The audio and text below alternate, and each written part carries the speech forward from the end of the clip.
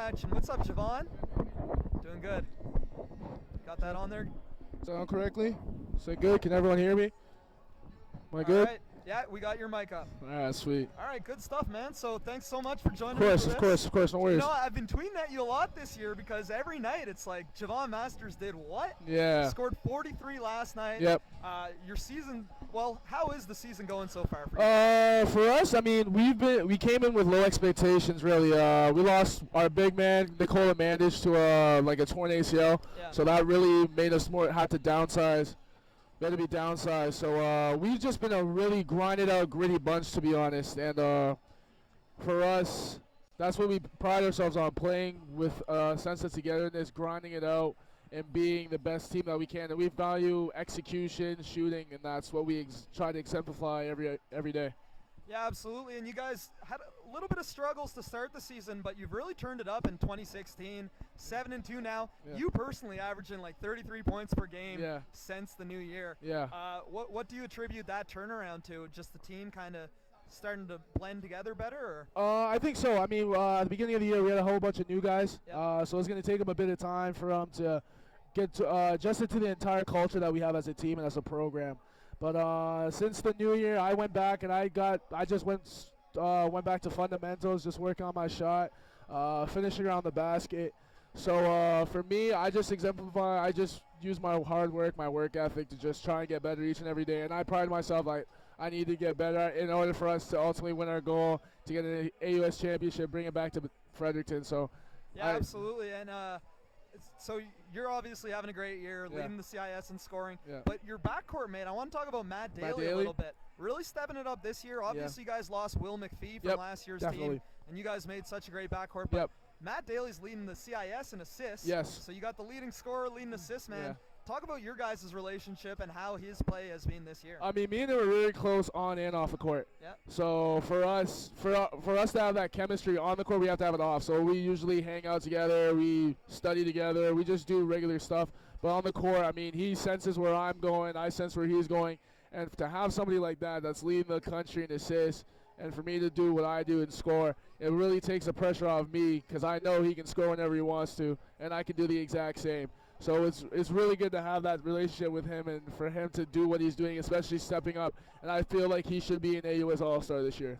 Yeah, it takes a lot of pressure off you, puts a lot more pressure on the opposing team. Oh, yeah, definitely. So you're originally from Kitchener, Ontario. Yes, sir. I want to talk about how you ended up in Fredericton at UMB and what your impressions of being on basketball on the East Coast. For me, how I first got here was I got into contact with Coach Baker through Kyle Julius, my trainer of A-Game. Okay. So I came out for my visit in about April or something of my senior year. And I fell in love with the campus. Campus was beautiful. Everybody was so friendly.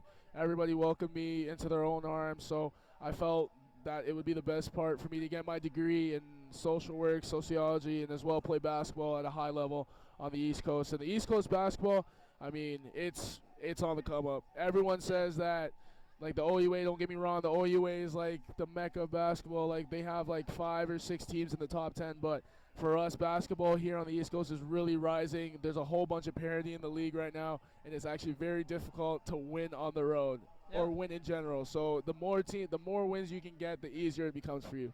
Yeah, and having stars in the conference like you yourself really gives the young players coming up like role models to aspire to. And I've seen you out here in the summertime too, here at the Alex McLaughlin Memorial Basketball Tournament, supporting a great cause and coming out and playing on the East Coast. So it's great to have you here. I want to talk about one other East Coast guy. I think you got a bit of a friendly rivalry. Yeah. Tyler Scott. Ty Scotty, baby. You two really been pushing each other the past couple of years for the CIS scoring lead, as well as some great battles on the court. Talk about Tyler as a player and what kind of relationship you two have. He's a great player, honestly. Going against him every time we play UPI, it's always an honor. It's always a challenge for me because I know he's going to elevate his game, so that means I have to either exceed it or match it. So it's always good going against him. He always pushes me, I push him, and that's what I've talked about with him. I mean, I'm pushing you to be as great as you want to be, and you're going to do the exact same with me.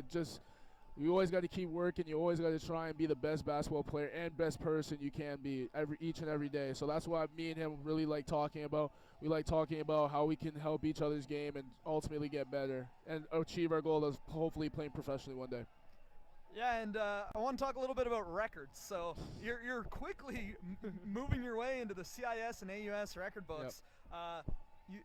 So after 43 points yesterday, 7 points today would take you over the 1,500 points in your career. Yep. Only 17 players in AUS history have that. Yep. I mean, what does that mean to you? And is that a goal for you to finish with the all-time AUS scoring record? You're well on your way. I mean, for me, honestly, it's an honor. I have to give thanks to not only my parents but my coach and our coaching staff for over these past 3 years for putting me in positions to succeed and be who I am. Whether that's in transition scoring or half-court sends that can easily get me baskets, I have to attest to that. I also have to thank the university just for giving me the opportunity to be the best basketball player in person for me to be. And as well, for me personally, I don't really think about records. I think about team success. In the past 2 years, we've made it to Halifax at the Metro Center. We came up short. So I'm just doing what I need to do in order for us to have the best opportunity to win a championship and bring it back to Fredericton. So if that means me breaking the record, that's me breaking the record. If that means me coming up whatever points short, it doesn't matter to me. I just want to win. That's clearly what's only on my mind, really. Awesome, and you're doing a good job of that. Thank you. Led your team to victory last night. Best of luck tonight, Javon, and thanks so much for the interview. Of course, thank you. Thank you for having me. Javon Masters, everyone. Last year's AUS MVP, former CIS Rookie of the Year. If you don't know about him, watch the game tonight. He'll put on a show for you. Let's do it. Thanks, and we'll be back in about 6 minutes with second half of the women's game. Sweet. Stay tuned.